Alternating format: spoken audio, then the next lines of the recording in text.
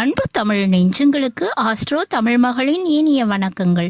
இன்றைய பதிவில் சனி பார்வை விலகி ராகுவினுடைய பார்வைக்குள் வரும் உங்களுடைய ராசிநாதன் ராகுவால இனி கிடைக்க போகும் ராஜயோகம், அதை பற்றி தான் பார்க்க போகிறோம். யாருக்கு? மீன ராசியில் பிறந்த நண்பர்களுக்கு. பதிவினை முழுமையாக பாருங்க. பதிவு பிடிச்சிருந்தா லைக் பண்ணி கமெண்ட் பண்ணி மற்ற நண்பர்கள் உறவினர்கள் பயன்பெற அவங்களுக்கும் ஷேர் பண்ண மறந்துடாதீங்க.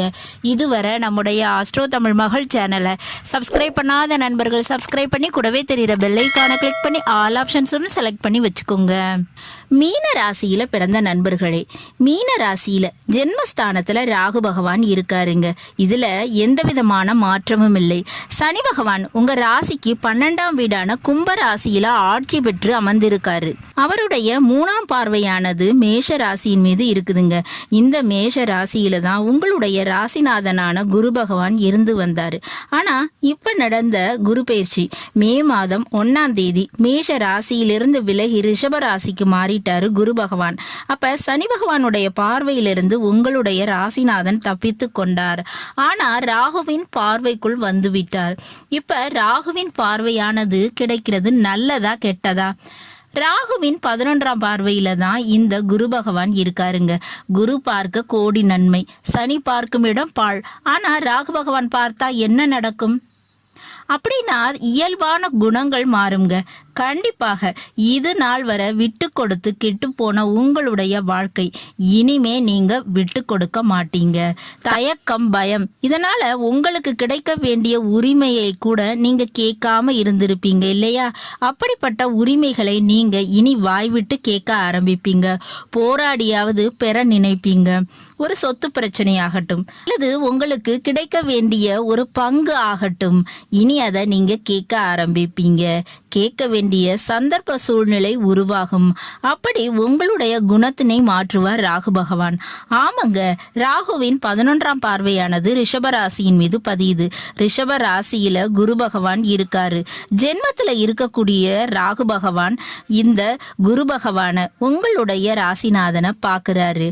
ஆக மொத்தம் இது நாள் வரை வாழ்க்கையில அனுபவிக்காத ஒரு சுகத்தினை இனி நீங்க அனுபவிக்க போறீங்க. மனித வாழ்க்கையின், அதாவது லௌகீக வாழ்க்கைக்கு தேவையான அனைத்தையும் அனுபவிக்க போறீங்க. காதல் கைகூடி வரும். திருமணத்தில் முடியறதுக்கு வாய்ப்புகள் இருக்குங்க. காதல் வயப்பட வாய்ப்பு இருக்கு. வண்டி வாகனம், கார் அபிவிருத்தி யோகம் நீங்க பெற போறீங்க. உங்களுடைய உடலை அழகுபடுத்தி கொள்ள ஆயத்தமாவீங்க. உங்களுக்கு உரிய ஒரு பொருளாகட்டும், ஒரு உடையாகட்டும், ஆபரணமாகட்டும் கூட பிறந்தவர்களுக்காக, நண்பர்களுக்காக அவங்க வச்சுக்கட்டும், பயன்படுத்திக்கிடட்டும் அப்படின்னு விட்டு கொடுத்திருப்பீங்க. ஆனா இனி அது நடக்காது. அப்படி நடக்காது. உங்களுடைய தேவை, உங்களுடைய உரிமை, அதை நீங்க அனுபவிப்பீங்க. உங்களுடைய சுய தேவையை நீங்க பூர்த்தி செய்ய ஆரம்பிப்பீங்க. அதுக்கு வாய்ப்புகள் இருக்குங்க.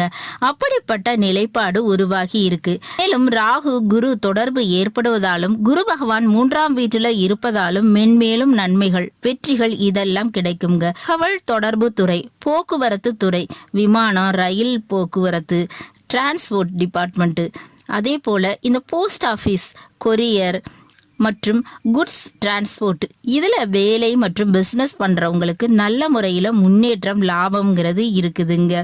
பேர் புகழ் நிச்சயமாக உங்களுடைய வேலையில், தொழிலில் உங்களுக்கு கிடைக்கும். மேலும் கடல் கடந்து செல்லக்கூடிய வெளிநாட்டு யோக வாய்ப்புகளும் கிடைக்குங்க. சில பேர் இல்லை பல பேர் அரசியலில் ஈடுபடக்கூடிய வாய்ப்பு இருக்கு. சரிங்களா? அரசியல் தொடர்பு ஏற்பட நிறைய வாய்ப்புகள் இருக்குங்க.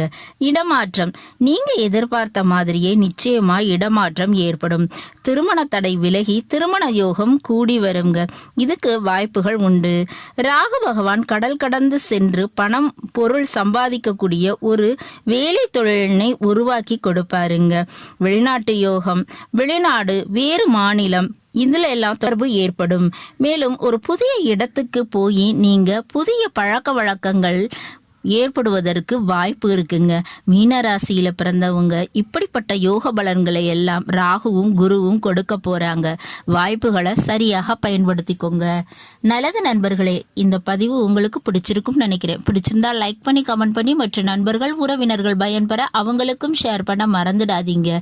இதுவரை நம்முடைய ஆஸ்ட்ரோ தமிழ் மகள் சேனலை சப்ஸ்கிரைப் பண்ணாத நண்பர்கள் சப்ஸ்கிரைப் பண்ணி கூடவே தெரியுற பெல் ஐகானை கிளிக் பண்ணி ஆல் ஆப்ஷன்ஸும் செலக்ட் பண்ணி வச்சுக்கோங்க. மீண்டும் ஒரு நல்ல வாய்ப்பினில் உங்கள் அனைவரையும் சந்திக்கிறேன். அதுவரை ஆஸ்ட்ரோ தமிழ் மகளின் அன்பு கலந்த வணக்கங்கள். நன்றி.